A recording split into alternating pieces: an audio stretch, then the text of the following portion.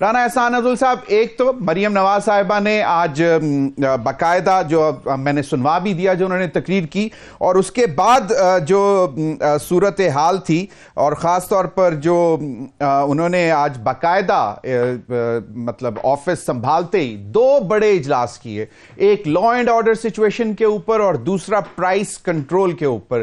اور price control کا اجلاس چیئر کرتے ہوئے انہوں نے کہا کہ میں چاہتی ہوں کہ فوری طور پر اگلے چند روز میں پرائس کنٹرول ڈپارٹمنٹ بن جایا جائے، اور انہوں نے ڈیمانڈ اینڈ سپلائی کی بھی بات کی، اور انہوں نے کہا کہ عوام کو ہم نے ریلیف پہنچانا ہے. رانا احسان عدل صاحب، یقیناً رمضان آنے کو ہے، چند دن ہی رہ گئے ہیں، اور ابھی سے ہم سن رہے ہیں کہ ایک جو ذخیرہ اندوزی اور جو قیمتوں میں اضافہ شروع ہو چکا ہوا ہے، بڑا چیلنج ہے مریم نواز صاحبہ کے لیے، لیکن انہوں نے یقیناً سمجھتے ہوئے ہی آج پہلے روز اجلاس بھی اسی چیز پر رکھا. لیکن آپ کو کیا لگتا ہے کہ یہ چیلنجز کتنی آسانی سے مریم نواز صاحبہ عبور کر سکیں گی؟ اور دوسرا، کیا وہ جو کہا ہے انہوں نے وہ لیٹر اینڈ اسپرٹ میں باقاعدہ شی مینز دیٹ کہ وہ تمام ان کی صرف اپنی جماعت نہیں، تمام جماعتوں کے لیے ان کا دروازہ کھلا ہے؟ بسم اللہ الرحمن الرحیم. دیکھیں، بالکل آج پاکستان کی سیاست میں ایک تاریخی دن ہے کہ ایک خاتون جو ہے اس نے وزیر اعلیٰ کا منصب جو ہے وہ سنبھالا ہے، اور بڑے پازیٹیو ایک سپیچ انہوں نے کی، اور اس کے اندر انہوں نے اس چیز پہ زور دیا کہ میں انتقامی سیاست میں بلیو نہیں کرتی. اور پھر جو انہوں نے آفر کی اپوزیشن کو کہ وہ سب کی وزیر اعلیٰ ہیں اور سب کو ساتھ لے جانا سمجھتی ہیں، یہی سیاسی جو ہے بصیرت اس میں ہے، اور انہوں نے کہا کہ میرے دروازے کھلے رہیں گے. تو یہ ان کی نیت شو کرتی ہے کہ جو کہ ایک پازیٹیو نوٹ کے اوپر سٹارٹ وہ لے رہی ہیں. دوسرا جو اہم میرے خیال سے اس ٹیک اوے ہے وہ یہ ہے کہ وہ ایک ایسی سی ایم نہیں ہے جو کلو لیس ہو، جس طرح آپ نے پچھلے اتوار میں دیکھا کہ آئیڈیا ہی نہیں تھا کہ کرنا کیا ہے. وہ بالکل پوری تیاری کے ساتھ اتری ہیں میدان میں، اور ان کا ایک لائے عمل ان کے ذہن میں ہے ہر شعبے کے حوالے سے، چاہے وہ education who, health who, women empowerment who, youth who, law and order کی سچویشن ہو، اور وہ بڑی کلیئر ہیڈڈ ہے. تو یہ ایک بہت بڑی تبدیلی ہے. اور پھر انہوں نے اس چیز کا بھی جو ہے وہ بڑا ذکر کیا کہ میرے لیے جو چیلنج ہے وہ میاں نواز شریف کی سی ایم شپ ہے، میرے لیے چیلنج جو ہے وہ شہباز شریف کی سی ایم شپ ہے، ان کی جو شہباز سپیڈ سے وہ جانے جاتے تھے. تو اٹ شوز کہ وہ ایگر ہیں، پیشنیٹ ہیں کہ وہ جو ان کی جو ترقی کی جو رفتار تھی اس سے آگے بڑھیں. ان کے جو پنجاب کے لیے جو کاوشیں تھیں ان کو وہ آگے لے کے چلیں. تو ان میں ایگرنیس بھی نظر آ رہی ہے، ایگریشن بھی نظر آ رہی ہے، پازیٹیوٹی بھی نظر آ رہی ہے، اور میں سمجھتا ہوں تیاری بھی نظر آ رہی ہے. تو یہ سارے بڑے ایک اسٹرانگ پوائنٹس ہیں. باقی دیکھیں، بالکل پرائس کنٹرول جو ہے وہ انہوں نے اس کو بہت ترجیح دی ہے، اور وہ سمجھتی ہیں کہ پرائس کنٹرول جو ہے وہ بڑی لازم ہے. جو ہولڈرز اور پروفیٹیرنگ ہے وہ اس کی اجازت پنجاب میں نہیں دی جائے گی کہ لوگ جو ہیں وہ ایک کنزیومر کو فلیس کریں اور اس کو جو ہے وہ مہنگائی کے دور میں اور مزید مہنگائی کے دھکا تو وہ دے. تو اس کے اوپر انہوں نے بالکل اس کو ایک ترجیح پوائنٹ بنایا ہے. اس کے اوپر وہ چاہ رہی ہیں کہ سیپریٹ ڈپارٹمنٹ بن جائے جو پرائس کنٹرول کی مانیٹرنگ کرے، اور اس کے اوپر پراپر ڈیٹا انالیسز ہو، اور وہ لائیو اپڈیٹڈ جو ہے وہ معاملات چلیں. تو میں سمجھتا ہوں کہ آج بھی انہوں نے پولیس کے کچھ تھانوں کے وزٹ کیے، اور ادھر انہوں نے تو she is a person who means business. تو میرے خیال سے آپ کو پنجاب کا ایک نیا ایرا نظر آئے گا، جہاں ایک نئی جنریشن جو ہے وہ اگلی جنریشن آ گئی ہے، اور وہ سمجھتی ہے کہ 24/7 کام کرنا ہے، کاوش کرنی ہے، محنت کرنی ہے، which is a very positive sign for Pakistani politics.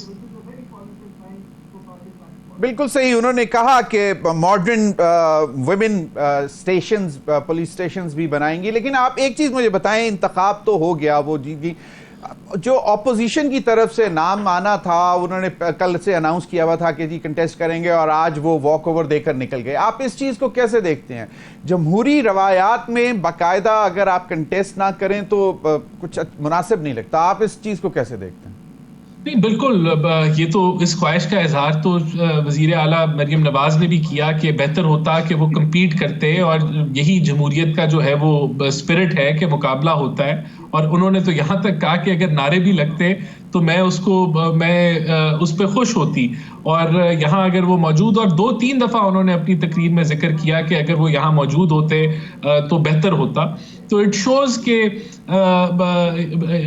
یعنی کہ وہ پازیٹیو ہیں اپوزیشن کو ساتھ لے جانے میں، ان سے بات چیت کرنے میں. اور میں سمجھتا ہوں کہ اب ہمیں روایات کو تبدیل کرنا ہے، ہمیں پولرائزیشن کو کم کرنا ہے. اور جس طرح کے حالات اس ملک میں ہیں، چاہے ریاستی ادارے ہوں، حکومتی ٹریجری بینچز ہوں یا اپوزیشن ہو، سب کو ساتھ مل کے کام کرنا بھی جو ہے وہ عوام کو کر کے دکھانا چاہیے کہ یہ بھی جو ہے وہ ہو سکتا ہے. بالکل very right, it's the need of the hour. I understand Rana Ehsan, کیونکہ آپ بھی ایک ینگ پولیٹیشین ہیں اور آپ کو بھی ان چیزوں کی سمجھ آتی ہے. یہ یقیناً ایک کہا جا رہا ہے کہ کنٹروورسی تو بن گئی نا، بلا وجہ ہی بن گئی. حالانکہ ٹھیک ہے جو بھی ہے، ایک باقاعدہ پروسیس موجود ہے، الیکشن کمیشن نے سیٹس الاٹ کرنی ہے. ایک پارٹی کہتی ہے کہ جی ہماری ریزرو سیٹس کے اوپر بھی فیصلہ نہیں ہوا، اور جس کی وجہ سے صدر عارف علوی صاحب نے یہ سارا ایک جو ہے وہ ایک کانسٹیٹیوشنل کرائسس کی طرف دھکیلنے کی کوشش کی، جو کہ ابھی تک بظاہر لگ رہا ہے کہ ایڈریس ہو گیا اسپیکر کے کال کرنے کے بعد. آپ کو کیا لگتا ہے کہ یہ جو ہے یہ غلط کیا عارف علوی صاحب نے؟ فوری طور پر چیزیں سموتھ سیلنگ کی طرف چلنی چاہیے تاکہ ایک باقاعدہ گورنمنٹ ان پلیس ہو. دیکھیں میرے خیال سے عارف علوی صاحب نے کوشش کی ہے کہ جو پی ٹی آئی سے پی ٹی آئی کی طرف سے ان کی جو ناراضگی تھی اس کو دور کیا جائے. اور جس طریقے سے پہلے بھی انہوں نے آئین کا گلا گھونٹا، ابھی بھی انہوں نے یہی کیا، اور بلا وجہ ایک کنٹروورسی جانے سے پہلے پھر سے کریٹ کی، اور یہ ثابت کیا کہ جو ایک غیر جانبدار یہ عہدہ ہے وہ اس کی غیر جانبداری کو برقرار نہیں رکھ رہے. دیکھیں بڑا کلیئرٹی کے ساتھ اگر آپ 91(2) کو پڑھیں تو ان کی اتھارٹی صرف اتنی ہے کہ وہ اجلاس کو پہلے بلا لیں. 21ویں دن جو ہے وہ اجلاس ہونا ہی ہونا ہے. تو اگر وہ خود ہی بلا لیتے اور یہ ڈیلے نہ کرتے تو بہتر ہوتا. لیکن کیونکہ جو طرز سیاست پی ٹی آئی کے ممبرز کی، اور کیونکہ وہیں سے وہ بنے، تو وہ یہی رہی ہے کہ انہوں نے ہمیشہ جب بھی موقع ملا تو انہوں نے ایک ایسا لڑائی ڈالی یا ایسا جس کا کہہ لیں کہ ایک بلا وجہ کی بریکس ڈالی جس سے پولیٹیکل سٹیبلٹی کو نقصان ہی پہنچا. تو میرے خیال سے انہوں نے اپنا شوق پورا کر لیا، اور کرٹیسزم بھی بہت ہو رہا ہے. اور یہ جو 21 ڈے کو ویسے ہی اجلاس بلا لیا جائے گا اور یہ معاملات آگے بڑھیں گے، تو اس کی ضرورت نہیں تھی. لیکن میرے خیال سے انہوں نے، کیونکہ اب وہ ریٹائر ہونے جا رہے ہیں، تو اس سے پہلے انہوں نے کوشش کی ہے کہ وہ پی ٹی آئی کو ذرا اپیز کر لیں. اپیز کرنے کے لیے. اچھا کوئکلی ایک کوسچن کا جواب دیں. آج میں سن رہا تھا کہ شاید وہ جو 200 یا 300 یونٹ فری دینے کی، بجلی دینے کی بات ہو رہی تھی، وہ اب آئی ایم ایف کے ساتھ منسلک کر دی گئی ہے. تو پھر یہ بلندو کیا کہتے ہیں بالا دعوے کہاں گئے؟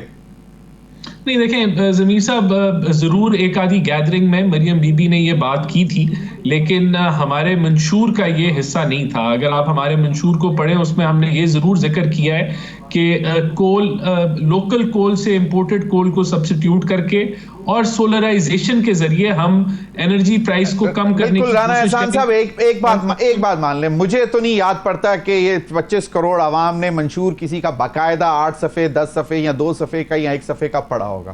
جو لیڈر آ کے سٹیج پہ بولتا ہے وہ ان کے ذہن میں رہ جاتا ہے. تو پلیز وہ کم از کم آپ اس چیز کو تو آپ یہ نہ کہیں کہ جی ان منشور کا حصہ نہیں تھا تو چلیں ٹھیک ہے جانے دیں. خیر